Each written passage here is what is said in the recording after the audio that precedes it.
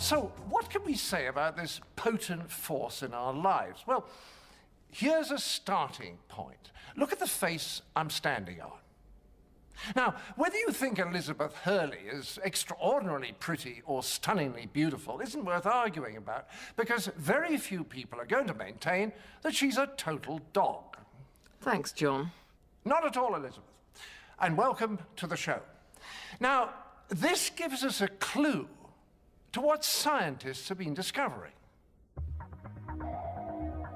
Many scientists think that far from being simply a matter of personal taste, there are universal rules for beauty, patterns that beautiful people have in common, something that can even be measured. Remember Pythagoras? The square of the hypotenuse of a right-angled triangle is equal to the sum of the squares of the other two sides. Thank you, Elizabeth. Yes, him. He claimed not only to quantify or to understand the secret or the code of beauty, he claimed to see beauty in the universe. That's a pretty big statement. I'm looking for beauty in the face. He says he found it for the universe. That's pretty amazing. What Pythagoras realized is that plants and animals grow according to fairly precise mathematical laws. It's not just chance that flowers unfold in beautiful patterns. And the Greeks found the patterns were based on a particular geometrical ratio. But it wasn't until the Renaissance that an Italian did the maths. He figured out that the key to beauty was the ratio of 1 to 1.618.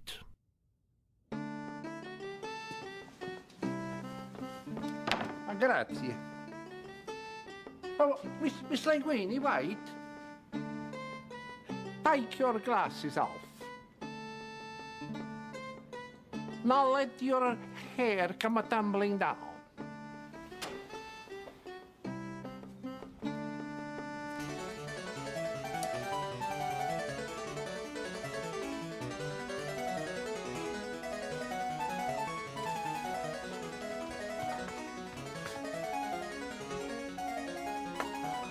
Miss Linguini, you're beautiful. And yet, and you're not going to believe this, 1.618 actually works. Do something like measure the distance from the floor to your navel, and then from your navel to your head. If you're well proportioned, the ratio should be 1 to 1.618, and that ratio is seen all over the beautiful body. People started noticing it. Artists noticed that the width of the mouth, in a beautiful face, for example. Yeah. Not in any face, but it had to be beautiful. If a face was beautiful, the width of the mouth was exactly 1.618 times the width of the nose. Really? If the face wasn't beautiful, that wasn't the case.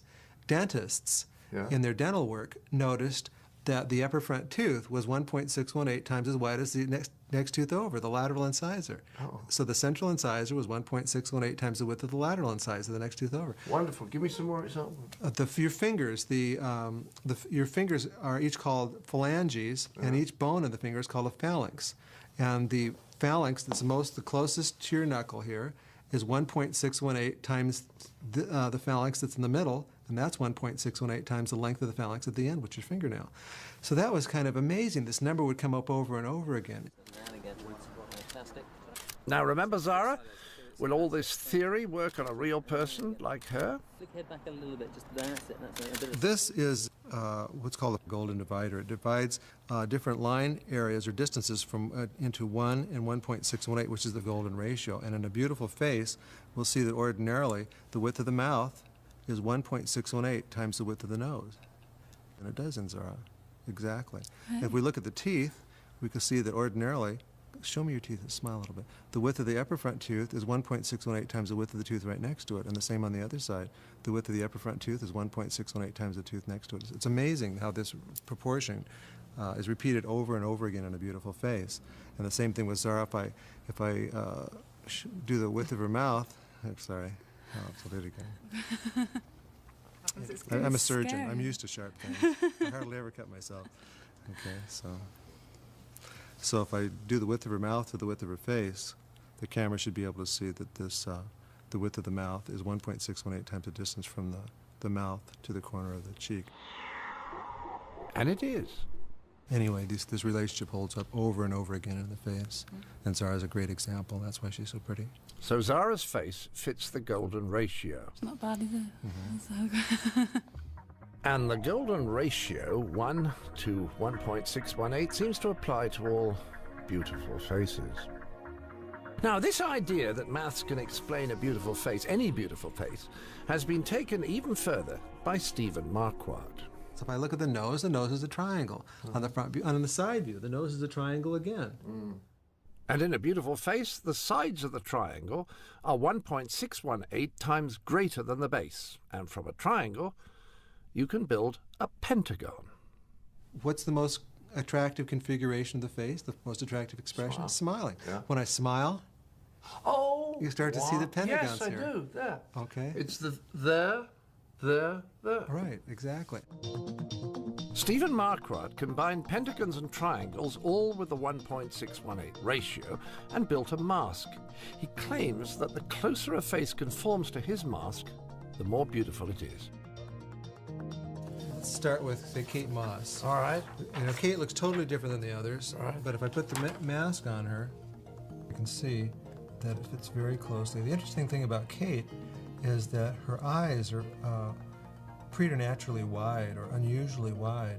Her eyebrows fit beautifully, her lips, her nose, her jawline is very, very nice, even if the hairline is exactly what it should be. And it's not just women. The same mask can be put on men. And Tom Cruise fits it perfectly. In fact, Stephen claims it fits any human face so long as it's beautiful. Here's one of my favorite actors, star of stage, screen, and television. And let me just see how he fits. Oh, what a handsome guy. Oh, it's Paul Newman. It is Paul Newman. Wait a minute. No, wait a moment. It's better than Paul Newman. It's John Cleese. Don't tell me that. My gosh. You got a moustache grid? To my surprise, it didn't fit my face at all, though Stephen had a good excuse for me. Quite frankly, it's very masculine. You'll see in a man, This is the a very eyes are kind way narrower. of putting it. Well, Go on. not The eyes are what? The eyes are always narrower in a man, and your eyes are narrower than the grid. The lips are thinner, and you can see your lips are thinner here, and your nose is narrow just like the grid. And actually, your nose is a little shorter. I should get along with it. Which is good, actually. Fine. Having discovered the mask, Dr. Marquardt was able to successfully use it as a template when reconstructing patients' facial deformities.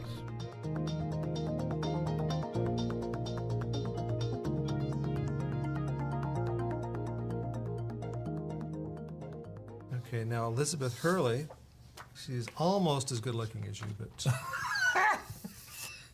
let's see, I think, oh my gosh, it's pretty darn close.